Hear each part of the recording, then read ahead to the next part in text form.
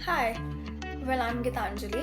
So today we are going to talk about 3 books that tell you a lot about brain, behavior and biology. So without any further ado, let's dive deep into this. So, पहली book है the man who mistook his wife for a hat by doctor Oliver Sacks. ये book काफ़ी unique और intriguing cases का एक collection है जो doctor सैक्स, जो कि एक न्यूरोलॉजिस्ट हैं, उन्होंने अपने करियर में देखे थे। इस बुक में हम अलग अलग पेशेंट्स के केसेस को देखते हैं जिन्हें कुछ रेयर और बिजार न्यूरोलॉजिकल कंडीशंस हैं जिसकी वजह से उनमें अनयूजुअल बिहेवियर्स दिखाई देते हैं। फॉर एग्जाम्पल, टाइटल का ही एक केस ले लेते हैं जो कि एक पेशेंट के बारे में है जो अपनी डेली लाइफ में नॉर्मल दिखते हैं, लेकिन उनका ब्रेन कुछ ऐसे डिसफंक्शंस फेस कर रहा है जिसकी वजह से वो अपनी वाइफ को हैट समझने लग जाते हैं। ये बुक हमें ये दिखाती है कि ब्रेन के कुछ स्पेसिफिक पार्ट्स अगर डैमेज हो जाएं तो हम कितने अलग तरह से बिहेव करने लग जाते हैं और कैसे ब्रेन हमारी रियलिटी को परसीव करने में हेल्प करता है। अगर आपको साइंस में इंटरेस्ट है लेकिन हेवी टेक्निकल लैंग्वेज नहीं चाहिए तो ये बुक एक परफेक्ट बैलेंस मेंटेन करती है, सिंपल एंड एंगेजिंग।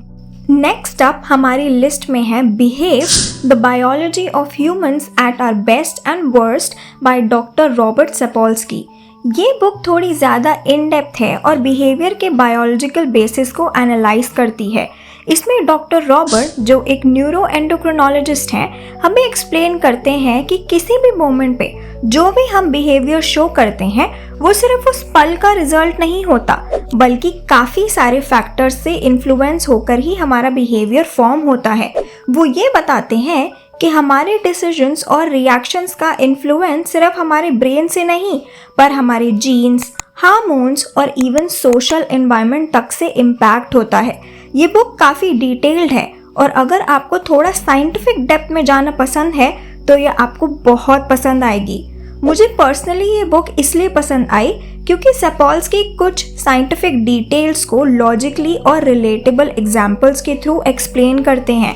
वो टाइम ट्रैवल जैसे कॉन्सेप्ट्स को एक्सप्लेन करते हैं जिसमें वो हमें ये बताते हैं कि हमारे करंट मोमेंट के चॉइसेस हमारे पास्ट एक्सपीरियंसेस और इवन हमारे पुराने एवोल्यूशन के अडेप्टेशंस का रिजल्ट हो सकती हैं।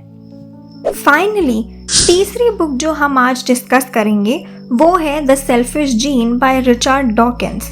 ये बुक फर्स्ट टाइम पब्लिश हुई थी 1976 में और तब से ये एवोल्यूशनरी बायोलॉजी में एक क्लासिक बन चुकी है। डॉकिंस का मेन कॉन्सेप्ट ये है कि हमारे जीन्स जो एवोल्यूशन में ट्रांसफ़र होते हैं एक्चुअली में सेल्फिश होते हैं। यहाँ पे सेल्फिशनेस का मतलब ये नहीं है कि जीन्स की अपनी कोई फीलिंग्स होती हैं या वो कुछ सोच सकते हैं, ये मेटाफोरिकल है। जीन्स का बिहेवियर ऐसा होता है कि वो अपने आप को सर्वाइव और रेप्लिकेट करना चाहते हैं। डॉकिंस ये कहते हैं कि हमारी ह्यूमन बॉडी और बिहेवियर को हमारे जीन्स ही कंट्रोल करते हैं और ये जीन्स ऐसे ट्रेट्स या बिहेवियर को प्रमोट करते हैं जो हमारे सर्वाइवल करने के चांसेस को बढ़ा सकते हैं।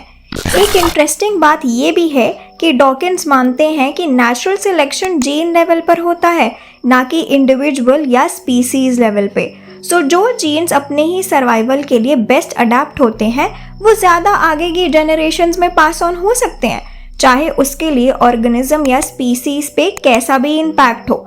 इस तरह जीन्स सेल्फिश बिहेव करते हैं अपने सर्वाइवल और रेप्लिकेशन के लिए। So these are the books जो हमें ह्यूमन ब्रेन, बिहेवियर और बायोलॉजी के बारे में काफ़ी कुछ बताते हैं। अगर आप इन टॉपिक्स में इंटरेस्टेड हैं so you should definitely read them. So, okay, bye!